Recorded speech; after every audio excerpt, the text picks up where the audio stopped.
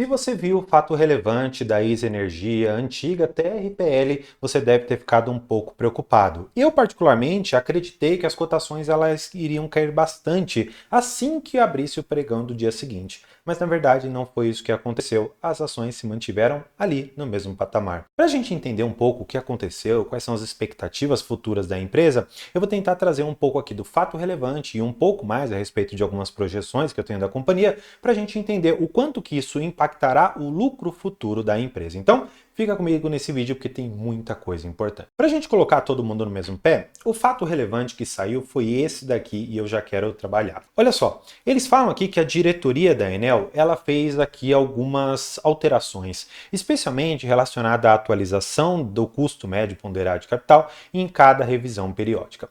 Em resumo, para a gente ter o efeito prático disso, ela falou o seguinte, que nessas últimas 3 parcelas, que nós vamos ter em 26, 27 e 28, nós vamos ter uma redução aqui de 1 bilhão e 500 para 1 bilhão e 200. Muito disso daqui relacionado com o componente financeiro. André, o que é isso de componente financeiro? Legal, vamos lá, para entender o que é essa tal de RBSE. Em resumo, se eu puder colocar dessa maneira e colocar todo mundo no mesmo pé, isso daqui a gente poderia dizer que seria uma indenização que a empresa está recebendo por algumas coisas que aconteceram, especialmente lá na época do governo Dilma.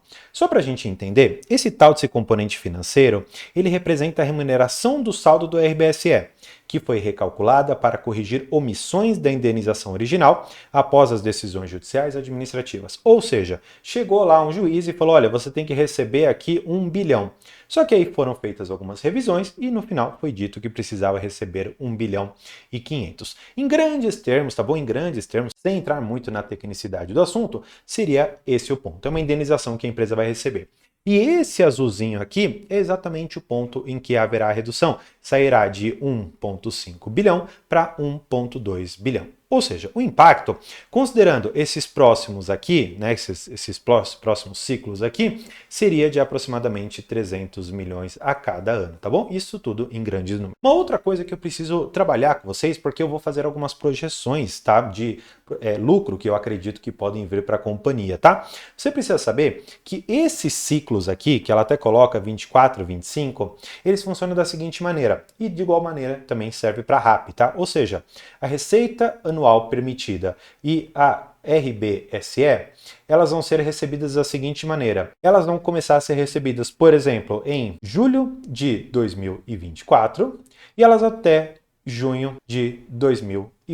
Portanto, o que eu tenho neste momento? Eu tenho nesse momento que agora em 2025 nós já estamos aqui, ó, bem no finalzinho. Portanto, a gente já começa a entrar neste próximo ciclo, tá bom? Então, nós temos mais 1, 2 e 3 ciclos que serão impactados por essa medida que foi travada, tá bom? Nesse ponto, o que eu já preciso antecipar para vocês, tá? Eu já quero antecipar que nós tivemos aqui em 2024, tá? Essa postergação da RBSE. Esse daqui já foi um impacto que nós sentimos lá atrás. Mas eu quero trazer agora para vocês um pouquinho aqui do quanto que nós temos de importância do RBSE para dentro da ISA Energia, tá bom? Em resumo, eu poderia dizer que a receita geral da companhia, ela é formada pela sua receita operacional e ela é formada pela RBSE, legal? E a sua receita operacional está relacionada aqui à RAP, que é a receita anual permitida, advinda lá das transmissoras de energia, tá bom? Aqui ele mostra que a receita líquida operacional ficou em 2 bilhões 352 e a RBSE em 2 bilhões 205 aqui. Ou seja, em grandes termos, a gente teria mais ou menos aqui o que? 49% seria a parte do RBSE e os outros 51% estariam aqui na própria parte operacional. Para facilitar, vamos dizer que metade está impactando a companhia, ou seja, metade é RBSE, metade é o operacional. Desta maneira, a gente precisa entender agora o quanto que essa medida vai impactar. Só que para isso eu preciso entender um pouco das margens que a companhia tem para que eu possa então fazer alguns cálculos. Então, vamos lá entender. Ó, eu trouxe aqui os dados de 2024 fechado porque eu queria ver quais eram as margens. A companhia já teve margens bastante altas, tá bom? De 70%, de 80%, mas no geral ela fica com uma margem líquida aqui, ou seja, o quanto que a total da receita reverte para lucro líquido, na casa dos 45, 48, mas já houve anos que foi um pouco menor. Entretanto, eu tenho que considerar uma coisa com vocês. Se eu vou ter basicamente meus custos fixos, ou seja, pessoal, material, administrativos, subindo, os juros também subindo e, de uma certa maneira, a minha receita caindo por conta dessa nova forma aqui de cálculo que gerou esses 300 milhões a menos, eu vou ter uma compressão, portanto, dessa margem. E aí eu já comecei a fazer alguns cálculos aqui, que é o que eu quero trazer para vocês. Olhando exclusivamente para o que vai acontecer com o RBSE, eu estou estimando que a receita antes da redução, ela ficaria aqui na casa dos seus mais ou menos 2 bilhões 136. Considerando uma margem líquida esperada, aqui, como eu falei, de 42% por conta dessa redução que eu expliquei, desse achatamento que haveria, o lucro líquido antes da redução ficaria em praticamente 900 milhões de reais. Só que eu fiz esses cálculos de igual maneira depois da redução. Eu falei, olha, se eu pegar, e aí eu preciso até trazer vocês aqui de novo só para a gente entender. Se eu pegar o componente financeiro, que é esse daqui, eu somar com o componente econômico, eu chego finalmente àquele valor de 1 bilhão e 800, que é o que eu estou mostrando para vocês, tá bom? Quase 1 bilhão e 900 seria o que eu chegaria aqui, tá? No final, eu teria um lucro líquido apenas da parte da RBSE na ordem de quase 800 milhões. Isso tudo geraria uma diferença de 11,2%. E aí você deve me perguntar, André, quer dizer, portanto, que o lucro da companhia deve cair 11%? É isso que você quer me dizer? Não, não é isso. Eu só quero te mostrar que em uma das frentes que nós temos da companhia, é provável que haja, então, esta queda. Mas eu fiz os cálculos para você do que eu estou esperando para a companhia em 2025. E está aqui. Com as quedas que estão para vir e que devem acontecer agora e de julho de 2025 até junho de 2026, conforme eu expliquei para vocês como funciona essa dinâmica do RBSE, então 2025 começa. Com essa redução esperada, eu estou imaginando o seguinte, ó, antes, qual que era a receita operacional de 2024, tá? E aí depois eu vou falar para vocês o que é essa tal de receita operacional run rate, que eu gosto bastante de analisar. Eles tinham aqui 2 bilhões 352, a receita estimada antes da redução, que eu estou falando aqui do RBSE, e aqui em cima da receita operacional, ficaria tudo um valor aqui, por conta da margem líquida deles, de 45, um lucro líquido de 2 bilhões e 77.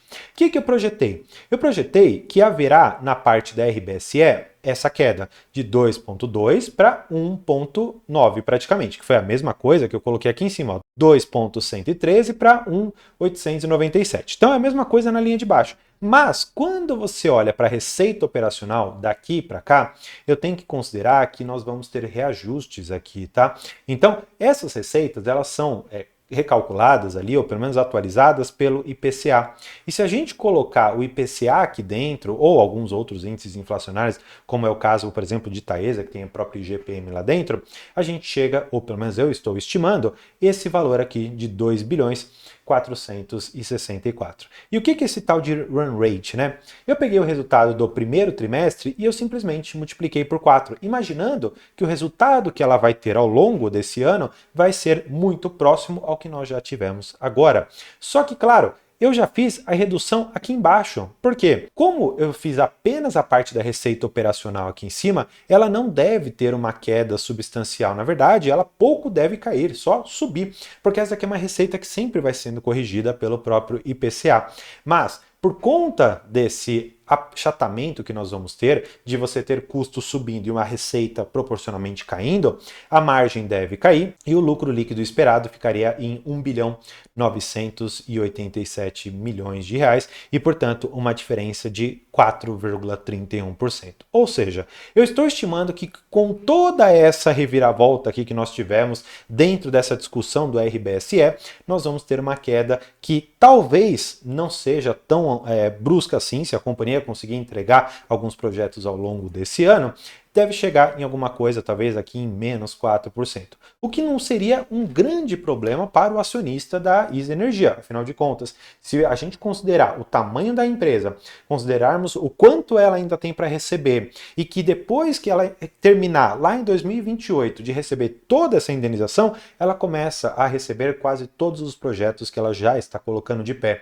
Portanto, neste primeiro momento, essa decisão aqui da Enel pode assustar um pouco, mas olhando para efeitos práticos, claro, de acordo com as minhas estimativas, o impacto ele será bastante marginal. 4%, mas você pode não ficar tão feliz ao ver no final do ano que a sua companhia não cresceu, mas sim teve uma redução dos seus lucros. Se você acha que eu estou certo, deixa aqui um comentário e se você gostar ainda mais de análises aprofundadas, eu te recomendo a nossa área de membros para você ver os benefícios que eu tenho lá dentro. E claro, vou deixar esse vídeo aqui para você continuar seus estudos. Por hoje é isso, muito obrigado e tchau!